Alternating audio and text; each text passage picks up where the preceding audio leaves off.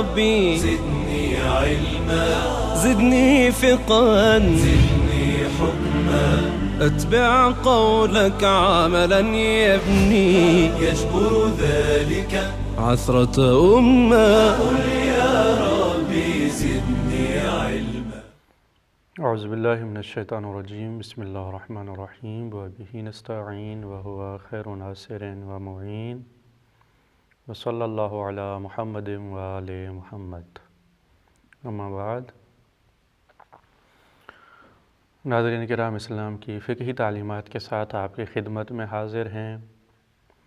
آج درآمد اور کمائی کی خمس کے بارے میں گفتگو کرنی ہے. مکتب اہل بیت علیہم السلام فقہ جعفریہ کا امتیاز یہ ہے کہ اس نے کمائی میں اور کمائی سے ہونے والی بچت میں خمس کو واجب قرار دیا ہے. فقہ جعفریہ ان کی بنسبت اللہ کی راہ میں اللہ کے حکم سے زیادہ خرچ کرتی ہے. وہ اس طرح کہ انہوں نے پیسوں پر زکوٰۃ کو لازم قرار دیا. زکوٰۃ 10واں 20واں یا 40واں حصہ ہوتی ہے، جبکہ خمس 5واں حصہ ہے. اس اعتبار سے مکتب اہل بیت علیہم السلام کے ماننے والے دوسروں کی بنسبت دین پر زیادہ خرچ کرتے ہیں، کیونکہ وہ بچت میں خمس دیتے ہیں. 5واں حصہ 10ویں 20ویں حصے کی بنسبت زیادہ ہوا کرتا ہے. اس حوالے سے اہل بیت علیہم السلام کے ماننے والے ان کے حکم پر زیادہ دیتے ہیں. اب رہا یہ سوال کہ خمس کا حساب کس طرح کیا جائے، کمائی کو تشخیص کس طرح دیا جائے. اس حوالے سے چند باتوں کی طرف توجہ کرنا ضروری ہے. پہلی بات تو یہ کہ خمس اس چیز کے متعلق ہوا کرتی ہے جو ہمارے پاس موجود ہو، یعنی جو ہمارے پاس کمائی ہوئی ہے، جو ہمارے پاس پیسے ہیں، چیزیں ہیں، مالیات کی صورت میں ہیں، ان پر خمس لازم ہے. اور خمس بھی ان کی عین پر ہے، قیمت کے مقابلے میں عین پر ہے خمس.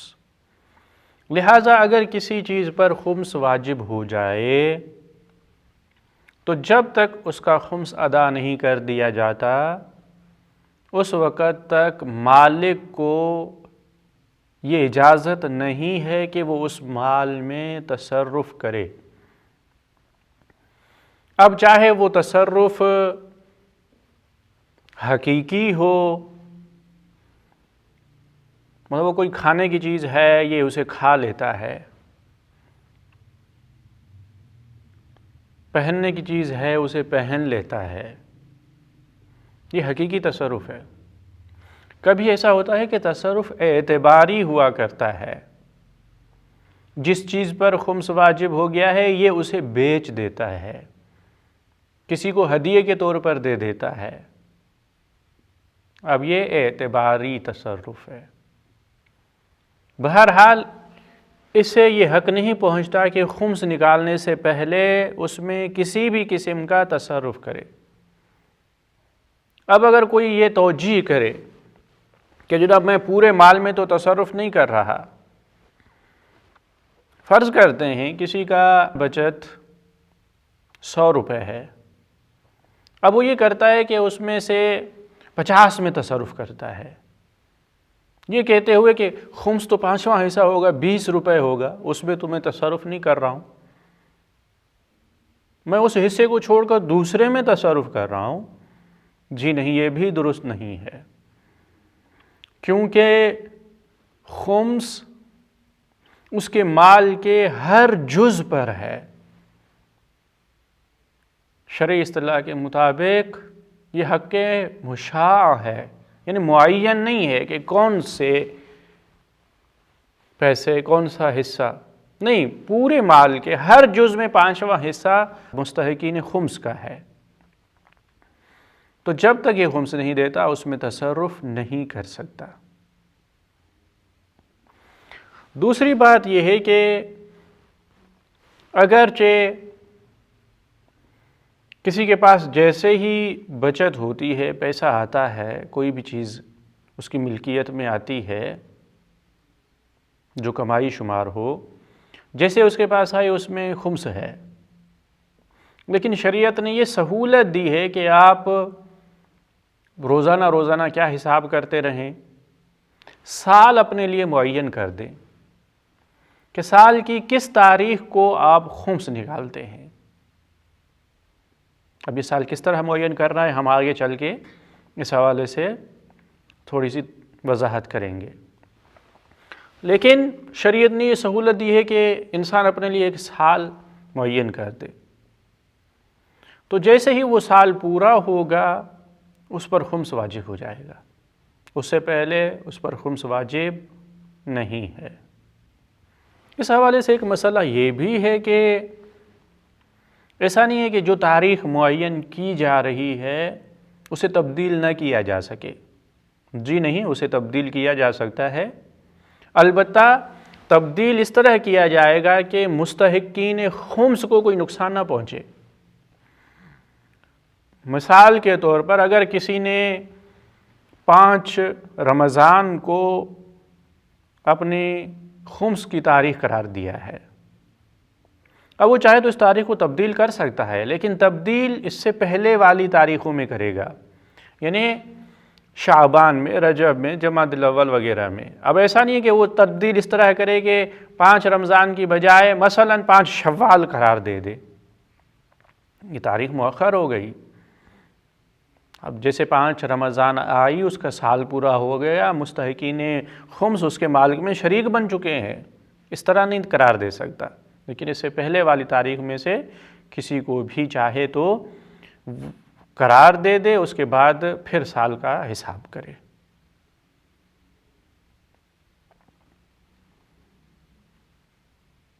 جیسا کہ ہم نے پہلے کہا کہ خمس عین چیز پر ہوتا ہے، لیکن شریعت نے یہ سہولت دی ہے کہ آپ چاہیں تو عین دے دیں، چاہیں تو اس کی قیمت دے دیں. فرض کرتے ہیں کسی کے پاس 5 گھر ہیں، اضافی ہیں، اب اس میں سے 5واں حصہ دینا ہے. اب وہ چاہے تو ہر گھر کا 5واں حصہ دے دے، چاہے تو اس کی قیمت دے دے، حساب کرے کہ ان کی قیمت کتنی بنتی ہے، وہ قیمت خمس کے طور پر ادا کر دے. یہ سہولت اسے دی گئی ہے. البتہ کمائی اور بچت میں خمس تب ہوگی جب سال کا خرچہ نکالا جائے، یعنی جو ضروریات زندگی ہیں، جو روزمرہ کے خرچ ہیں، جو خرچ شمار ہوتے ہیں، چاہے اپنا ہو، اپنے اہل و عیال کا ہو، ان کی تعلیم کے اخراجات ہوں، ان کی ضروریات زندگی، پہننے مکان کے حوالے سے، سیر و تفریح کے حوالے سے جو روزمرہ زندگی میں خرچ کیا جاتا ہے، اس کے بعد جو مقدار بچے گی اس میں خمس ہوگا. اگر کسی کے پاس کچھ بچتا ہی نہیں ہے تو اس کے لیے خمس واجب نہیں ہے. لہٰذا خمس تب ہوتا ہے جب ضروریات زندگی کو نکالا جائے کمائی میں سے، پھر کچھ اگر بچتا ہے تو خمس ہے، نہیں بچتا تو خمس نہیں ہے. جب ہم یہ کہتے ہیں کہ ضروریات زندگی کو نکال کر جو پیسہ بچ جائے، جو کمائی بچے اس میں خمس ہے، تو اس کا مطلب یہ ہے کہ اس سال کی کمائی اور اس سال کا خرچہ. ایسے نہیں ہو سکتا کہ گزشتہ سال وہ مقروض ہو گیا تھا، اس کا خرچ زیادہ ہوا تھا، وہ خرچہ آ کے اس سال میں حساب کرے. اس طرح نہیں ہو سکتا. ہر سال کی کمائی اور ہر سال کا خرچہ اسی سال میں حساب ہوگا. اگر اس سال میں خرچہ کم ہوا ہے، کمائی زیادہ ہوئی ہے تو اس حساب سے خمس ہوگا. جس سال میں کمائی کم ہو، خرچہ زیادہ ہو تو اس کا حساب اسی سال میں ہوگا. اب یہ کہ اس سال کس طرح حساب کیا جائے، دیکھیے سال خمسی کوئی اعتباری چیز نہیں ہے۔ سال کی تاریخ کا شروع ہونا یہ حقیقی چیز ہے، یعنی جیسے ہی انسان کی کمائی شروع ہوتی ہے، جس تاریخ کو اس کے پاس آمدنی شروع ہوئی، وہ تاریخ اس کے لیے سال خمسی کی تاریخ کہلائے گی۔ جیسے ہی یہ بالغ ہوا، اب اس کے پاس کوئی کمائی نہیں ہے، سال بھی نہیں ہے، جیسے کمائی شروع کی اس نے، جیسے ہی اسے پہلی تنخواہ ملی، پہلی تنخواہ کی تاریخ اس کی آمدنی کی تاریخ ہے۔ اب وہ تاریخ معین ہو گئی کہ اس کی آمدنی اس تاریخ سے شروع ہوئی ہے، تو اب یہ پورے سال تک کماتا رہے گا، خرچ کرتا رہے گا۔ اس تاریخ آنے تک پھر حساب کرے گا۔ جب وہ تاریخ آ گئی، اب حساب کرے گا کہ میری کمائی کتنی ہوئی، میرا خرچ کتنا ہوا، بچت کتنی ہوئی ہے، اس بچت میں جو 5واں حصہ ہوگا وہ خمس کہلائے گا۔ تو یہ ایک تاریخ حقیقی تاریخ ہے، خود بخود معین ہو گئی ہے۔ جیسے ہی پہلی کمائی شروع ہوئی، اگر کوئی کسان ہے تو جیسے ہی اس نے کوئی بھی فصل بویا، اب جیسے اس کے کاٹنے کا وقت آیا، محصول کا وقت آیا، تو وہ وقت اس کا سال خمسی کے لیے معین ہو جاتا ہے کہ اس تاریخ کو اس کے ہاں درآمد ہوئی تھی، کمائی ہوئی تھی، یہ تاریخ اس کے لیے معین ہے۔ اگر کوئی تاجر ہے تو جیسے ہی پہلا معاملہ انجام دیتا ہے، پہلی مرتبہ تجارت کرتا ہے، اور ظاہر ہے کہ اس تجارت میں سے کچھ نہ کچھ اسے فائدہ ہوتا ہے، تو یہ پہلا معاملہ، اس پہلے معاملے کی تاریخ معین ہو جاتی ہے سال خمسی کے لیے۔ یعنی جس طرح کی بھی کمائی انسان کو ہوتی ہے، جس دن کمائی شروع ہو، وہ اس کے لیے سال کا پہلا دن شمار ہوتا ہے۔ اب یہاں سے شروع ہوگا، دوبارہ اس تاریخ آنے تک جو اس نے کمایا، جو خرچ کیا، اسے حساب کر کے جو بچت ہوگی اس میں خمس ہوگا۔ ہم جب بات خرچے کی کرتے ہیں تو اس میں یہ لازمی ہے کہ وہ اپنی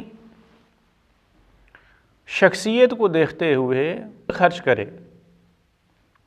اب ایسا نہیں ہے کہ ایک آدمی جو زیادہ امیر شمار نہیں ہوتا، اس کی کمائی ہو گئی، اگر وہ ایسی چیزیں خریدیں جو اس درجے کے لوگ نہیں خریدتے، اعلیٰ درجے کے لوگ خریدتے ہیں، پھر دیکھا کہ ہمارے ہاں اور کچھ بچت نہیں ہوئی، اس طرح خرچ کرنا یہ انسان کی خمس سے بری الذمہ ہونے کا سبب نہیں بن سکتا۔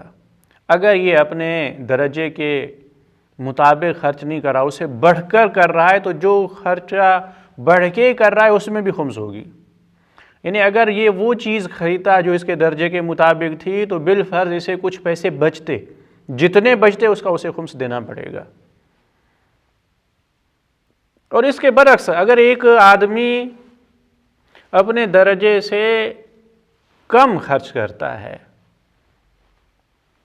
یعنی اس کا خرچہ بالفرض 10,000 ہونا چاہیے، یہ 8,000 خرچ کرتا ہے، تو جو 2,000 بچ رہے ہیں اس پر خمس ہوگا۔ تو درجے کے مطابق جو خرچ کیا جائے، اس سے جو بچ جائے اس پہ خمس ہوگا۔ اس سے بڑھ کر اگر خرچ کیا جائے تو اس بڑھ کر جو خرچ کیا جا رہا ہے اس پر بھی خمس ہوگا۔ ایک چیز انسان کے لیے ضرورت تھی، اب وہ چیز تھوڑا پرانی ہوئی، اس نے ایک نئی چیز لے لی، اب جو پرانی چیز ہے اب اس کے کام کی نہیں رہی، اب کیونکہ یہ ضرورت سے زیادہ ہو گئی ہے، اس پر بھی خمس ہوگا۔ پھر جو کچھ اس نے استعمال کی وہ کچھ پرانی ہو گئی، نئی خرید لی ہے، اب وہ زائد ایسے ہی پڑی ہوئی ہے، تو اس پر بھی خمس ہوگا۔ یہ اب اس کی ضروریات زندگی میں شمار نہیں ہوتی۔ ہم جب یہ کہتے ہیں کہ جو چیز بچ جائے، زائد ہو، اس پر خمس ہوگا، تو اگر کوئی انسان اس کی قیمت دینا چاہتا ہے، خمس میں وہ چیز اس کا 5واں حصہ نہیں دے رہا، اس کی قیمت دے رہا ہے، تو قیمت اس وقت کی جائے گی۔ ایسا نہیں ہے کہ 10 سال پہلے میں نے جو چیز خریدی تھی، اب اگر یہ چیز میرے پاس اضافی بن گئی ہے تو 10 سال پہلے والی قیمت کو مد نظر رکھتے ہوئے اس کا 5 حصہ دے دوں. نہیں، ابھی اس کی قیمت کتنی ہے؟ اس حالت میں، اس کنڈیشن میں جس طرح یہ چیز میرے پاس ہے، اب اس کی قیمت کتنی ہے، اس کا 5واں حصہ کتنا بنے گا، وہ حصہ، وہ قیمت مجھے خمس کے طور پر دینا پڑے گی. یہ بھی یاد رکھنے کی بات ہے کہ جب ہم کہتے ہیں کہ سال میں ایک تاریخ ہے خمس کی، تو وہ سال قمری ہے، اسلامی حساب سے جو سال بنتا ہے. لہٰذا عیسوی حوالے سے سال یہ کافی نہیں ہے، کیونکہ اس میں اسلامی حساب کے مطابق کچھ دن زیادہ ہوتے ہیں. سال سے مراد یہاں اسلامی سال ہے. اگر کسی کو شک ہو کہ اس چیز پر خمس تو ہے لیکن میں نے خمس دیا ہے یا نہیں ہے، جب کسی چیز پر خمس ہو، دینے اور نہ دینے کے حوالے سے شک ہو، تو اس پر واجب ہے کہ خمس ادا کرے، تاکہ اسے یقین ہو جائے کہ میرے اوپر جو شرعی حق بنتا تھا میں نے ادا کر دیا ہے، اور وہ حق دیے بغیر اسے یقین حاصل نہیں ہوگا. لہٰذا جب کسی کو شک ہو کہ میں نے خمس دیا ہے یا نہیں، اور یہ شک ایسی چیز کے بارے میں ہو جس پر خمس واجب ہوتا ہے، تو اسے خمس دینا پڑے گا. کبھی یہ ہوتا ہے کہ شک ہوتا ہے، مثال کے طور پر اس نے اپنی کمائی کو خرچ کیا گھر بنوانے پر، اس کی کمائی تھی، لیکن اب اسے یہ شک ہو رہا ہے کہ نہیں معلوم وہ جو میری کمائی تھی، وہ جو پیسے تھے ان پر سال گزر چکا تھا یا نہیں گزرا تھا. اگر ان پہ سال گزر چکا تھا تو خمس واجب ہو چکا تھا، اگر سال نہیں گزرا تھا تو خمس نہیں تھا. اس حوالے سے شک کرتا ہے کہ اس پر خمس ہوگا یا نہیں ہوگا. اس صورت میں حکم یہ ہے کہ وہ اپنے مرجع تقلید، مجتہد جامع شرائط یا اس کے وکیل کے ساتھ مصالحت کر لے، یعنی جائے ان کے بارگاہ میں یہ مسئلہ پیش کرے کہ اس طرح ہوا، مجھے شک ہو رہا ہے. اب وہ اس حوالے سے کچھ مقدار معین کریں گے کہ آپ اتنی ادا کر دیں تو آپ بری ذمہ ہو جائیں گے، تو اتنی وہ اگر وہ ادا کر دے تو وہ بری ذمہ ہو جائے گا. مصالحت. کبھی ایسا ہوتا ہے کہ ایک انسان کے خمس کی تاریخ آ چکی ہے، اسے خمس دینا ہے، لیکن وہ اس وقت دے نہیں سکتا کسی بھی رکاوٹ کی وجہ سے. اب یہ کیا کرے؟ اگر خمس نہیں دیتا تو اپنے مال میں تصرف بھی نہیں کر سکتا، اور وہاں سے کوئی اسے ضرورت بھی ہے. اب اسے چاہیے کہ یہ مجتہد جامع شرائط یا اس کے وکیل کے پاس جا کر ان پیسوں پر دستگردانی کرا لے. دستگردانی یعنی کیا؟ مطلب یہ کہ وہ پہلے تو اپنا حساب کرے کہ اس کا خمس کتنا ہوا، وہ مقدار لے جائے وکیل کے پاس یا مجتہد کے پاس، میرا اتنا خمس بنتا ہے لیکن میں ابھی دے نہیں سکتا. وہ اتنے پیسے لے لیں گے، لینے کے بعد دوبارہ اسے قرض کے طور پر اسے واپس دیں گے، کیونکہ اسے ضرورت ہے ابھی، اور اسے یہ کہیں گے کہ آپ اس مقدار کو، اس رقم کو آہستہ آہستہ قسطوں میں دیتے رہیں. تو یہ ہوا کہ اس نے اپنا خمس دے دیا، مجتہد یا اس کے وکیل نے اس سے لے لیا. اب جو وہ دے رہا ہے اسے قرض کے طور پر دے رہا ہے، یہ آہستہ آہستہ اسے قسطوں میں ادا کرتا رہے گا. اس صورت میں وہ اپنے حق سے بری ذمہ ہو جاتا ہے. سو یقین ہو جائے گا کہ میں نے اپنے وظیفہ شرعی کو انجام دے دیا ہے. ایک دو مسئلے خمس کے حوالے سے. اگر کسی انسان کے پاس کوئی بھی مال پہنچتا ہے، اسے ملتا ہے، اگر وہ مال اس انسان کی طرف سے دیا جائے، پہنچے اس کے پاس جو خمس کا عقیدہ رکھتا ہے، یعنی کسی شیعہ مومن کی طرف سے اسے کوئی مال ملا ہے اور اسے یقین ہے کہ اس نے اس کا خمس نہیں دیا، دینے والا خمس کا عقیدہ رکھتا ہے، خمس کو مانتا ہے، لیکن اس نے دیا نہیں ہے۔ اب جس کے پاس مال پہنچا ہے اسے خمس دینا پڑے گا، لیکن اگر پہنچنے والا مال کسی ایسے شخص کی طرف سے ہو جو خمس کا عقیدہ نہیں رکھتا، تو جو مال اس کے پاس پہنچا ہے اس پر خمس نہیں ہوگا۔ اگر کسی کے پاس مال ہے اور اس پر خمس واجب ہو چکا ہے، اگر وہ یہ مال کسی کو بخش دے، جس کا کوئی حصہ بخش دے کسی دوسرے کو، تو جسے بخشا جا رہا ہے اس پر خمس لازمی ہوگا، یعنی اسے جو مال دیا جا رہا ہے اس کا 5واں حصہ اس کا نہیں ہے، وہ خمس کے مستحقین کا ہے، ان کا حق بنتا ہے ان کو دیا جائے، یہ اس کی ملکیت میں منتقل نہیں ہوتا۔ یہ درآمد کے حوالے سے مختصر مسئلے تھے۔ اگر کبھی ایسا ہو کہ کسی نے آج تک حساب ہی نہیں کیا، متوجہ ہی نہیں تھا، اسے دھیان نہیں رہا، اس نے توجہ نہیں کی، سستی اور کوتاہی کی اور خمس لازم اور واجب ہونے کے باوجود خمس نہیں دیا، کتنے سال گزر چکے ہیں، اب وہ چاہتا ہے کہ پہلی مرتبہ خمس دے، تو کیا کرے؟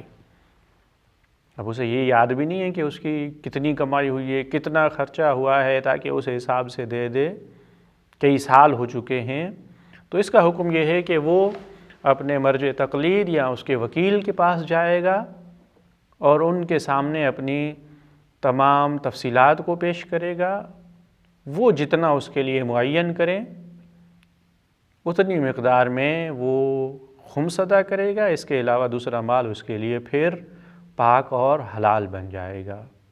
وکیل یا اپنے مجتہد کے پاس جا کے مسئلہ بیان کرے اور ان سے مصالحت کر لے، یا جو وہ معین کریں اتنی رقم ادا کر دے۔ دعا ہے کہ خالق کائنات ہمیں اپنے شرعی حقوق کو ادا کرنے کی توفیق عطا فرمائے۔ السلام علیکم ورحمۃ اللہ وبرکاتہ۔